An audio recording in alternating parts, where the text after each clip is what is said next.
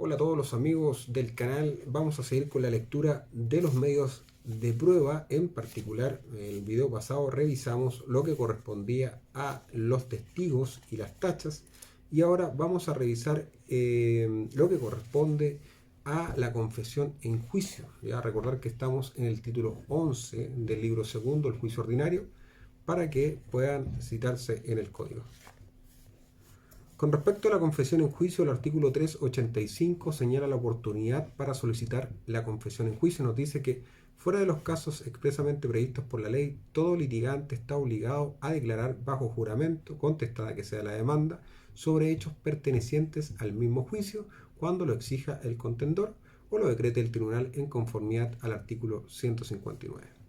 Esta diligencia se podrá solicitar en cualquier estado del juicio y sin suspender por ella el procedimiento hasta el vencimiento del término probatorio en primera instancia y hasta antes de la vista de la causa en segunda. Este derecho solo lo podrán ejercer las partes hasta por 2 veces en primera instancia y 1 vez en segunda, pero si se alegan hechos nuevos durante el juicio podrán exigirse 1 vez más. Por su parte, el artículo 386 nos indica cuál es la forma de expresar los hechos acerca de los que se exija la confesión, y nos dice que los hechos acerca de los cuales se exija la confesión podrán expresarse en forma asertiva o en forma interrogativa, pero siempre en términos claros y precisos, de manera que puedan ser entendidos sin dificultad. Por su parte, el artículo 387 se refiere a la reserva de las interrogaciones y nos dice que mientras la confesión no sea prestada, se mantendrá en reserva las interrogaciones sobre que debe recaer. El artículo 388 nos indica cuál es la recepción de la prueba de confesión y nos dice que si el tribunal no comete al secretario o a otro ministro de fe la diligencia, mandará citar para día y hora determinados al litigante que ha de prestar la declaración. Siempre que alguna de las partes lo pida, debe el tribunal recibir por sí mismo la declaración del litigante. Si el litigante se encuentra fuera del territorio del tribunal que conoce la causa, será tomada su declaración por el tribunal competente, quien procederá en conformidad a los 2 incisos anteriores. Por su parte, el artículo 389 nos habla sobre las exenciones de la obligación de comparecer a absolver posiciones y nos dice que están exentos de comparecer ante el tribunal a prestar la declaración de que tratan los artículos precedentes. Número 1, el presidente de la República, los ministros de Estado, senadores, diputados, delegados presidenciales regionales y dentro de la región en que ejercen sus funciones, los miembros de Corte Suprema o de alguna Corte de Apelaciones, los fiscales judiciales de estos tribunales, el fiscal nacional y los fiscales regionales. Número 2, los que por enfermedad o por cualquier otro impedimento calificado por el tribunal se hallen en imposibilidad de comparecer a la audiencia en que se hayan de prestar la declaración. Número 3, las mujeres, en caso que el tribunal estime prudente, eximirlas de esta asistencia. Cuando haya de prestar esta declaración a alguna de las personas exceptuadas en los números precedentes, el juez se trasladará a casa de ella con objeto de recibir la declaración o comisionará para este fin al secretario. En los tribunales colegiados se comisionará para esta diligencia a alguno de los ministros del mismo o al secretario. Si la persona que haya de prestar declaración en la forma prevenida en este artículo se encuentra fuera del territorio del tribunal que conoce la causa, encargará la diligencia al juez competente de la residencia actual del litigante. El juez exhortado practicará por sí mismo la diligencia o la cometerá a su secretario. No se podrá comisionar al secretario para tomar la confesión cuando la parte haya solicitado que se preste ante el tribunal. Por su parte, el artículo 390 nos indica cuál es el juramento del confesante. Nos dice que antes de interrogar al litigante se tomará juramento de decir la verdad en conformidad al artículo 363. El artículo 391 nos señala la forma de prestar la declaración de absolución de posiciones y nos dice que la declaración deberá prestarse inmediatamente, de palabra y en términos claros y precisos. Si el confesante es sordo o sordomudo, podrá escribir su confesión delante del tribunal o ministro de fe encargado de recibirla, o en su caso se aplicará lo dispuesto en el artículo 382. Si se trata de hechos personales, deberá prestarse afirmándolos o negándolos. Podrá, sin embargo, el tribunal admitir la excusa de olvido de los hechos en casos calificados cuando ella se funde en circunstancias verosímiles y notoriamente aceptables. En todo caso, podrá el confesante añadir las circunstancias necesarias para la recta y cabal inteligencia de lo declarado. El artículo 392 nos indica cuál es el rol de la contraparte en la absolución de posiciones. Nos dice que puede todo litigante presenciar la declaración del contendor y hacer al tribunal las observaciones que estime conducentes para aclarar, explicar o ampliar las preguntas que han de dirigírsele. Puede también, antes de que termine la diligencia y después de prestada la declaración, pedir que se repita si hay en la respuesta dadas algún punto oscuro o dudoso que aclarar.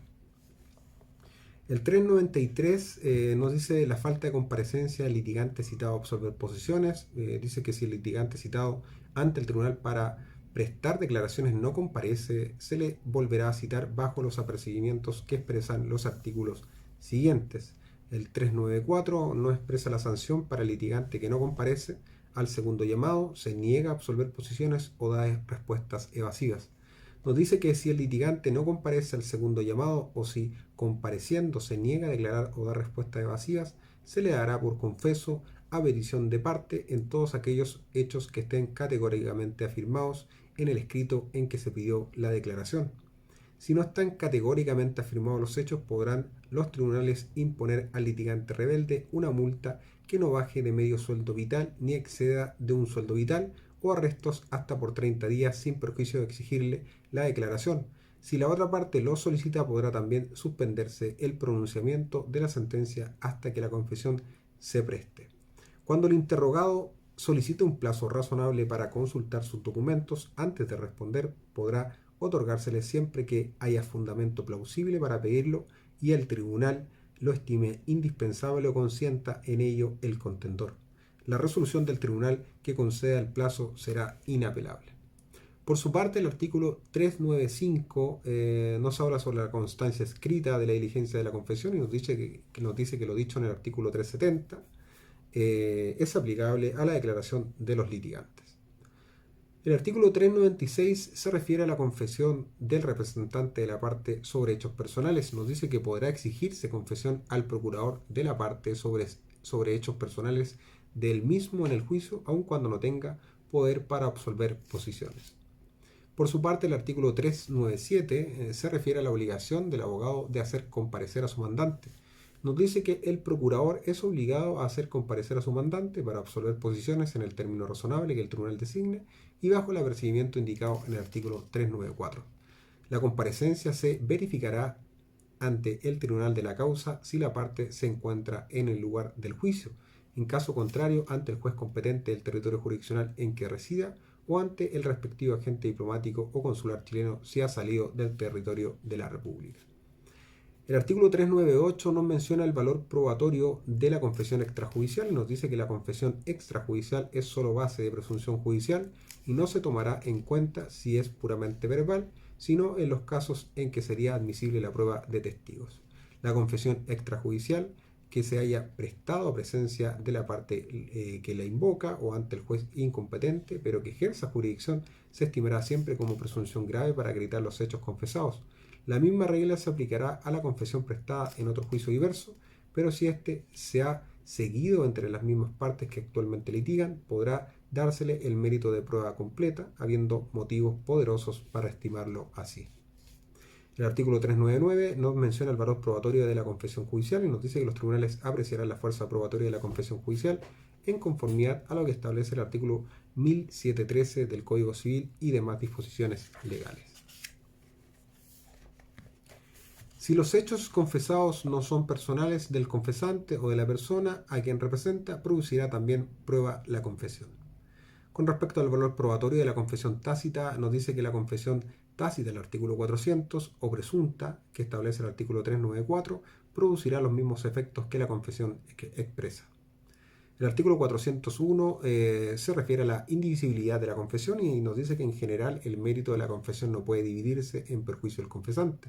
Podrá, sin embargo, dividirse, número 1, siempre que comprenda hechos diversos enteramente desligados entre sí, Y número 2, cuando comprendiendo varios hechos ligados entre sí o que se modifiquen los unos a los otros, el contendor justifique con algún medio legal de prueba la falsedad de las circunstancias que, según el confesante, modifican o alteran el hecho confesado. El 402, que es el último artículo de este medio de prueba, nos dice que la inadmisibilidad de prueba contra hechos personales confesados nos dice que no se recibirá prueba alguna contra los hechos personales claramente confesados por los litigantes en el juicio. Podrá, sin embargo, admitirse prueba en este caso y aún abrirse un término especial para ella si el tribunal lo estima necesario y ha expirado el probatorio de la causa cuando el confesante alegue para revocar su confesión que ha padecido de error de hecho y ofrezca justificar esta circunstancia. Lo dispuesto en el inciso precedente se aplicará también al caso en que los hechos confesados no sean personales del confesante. Bueno, con eso terminamos la revisión de la absolución de posiciones o la confesión en juicio. Recordar que estamos revisando precisamente lo que corresponde a los medios de prueba en particular. Habíamos revisado el video pasado los testigos y ahora el medio de prueba de confesión de juicio, y el que viene es la inspección personal del tribunal.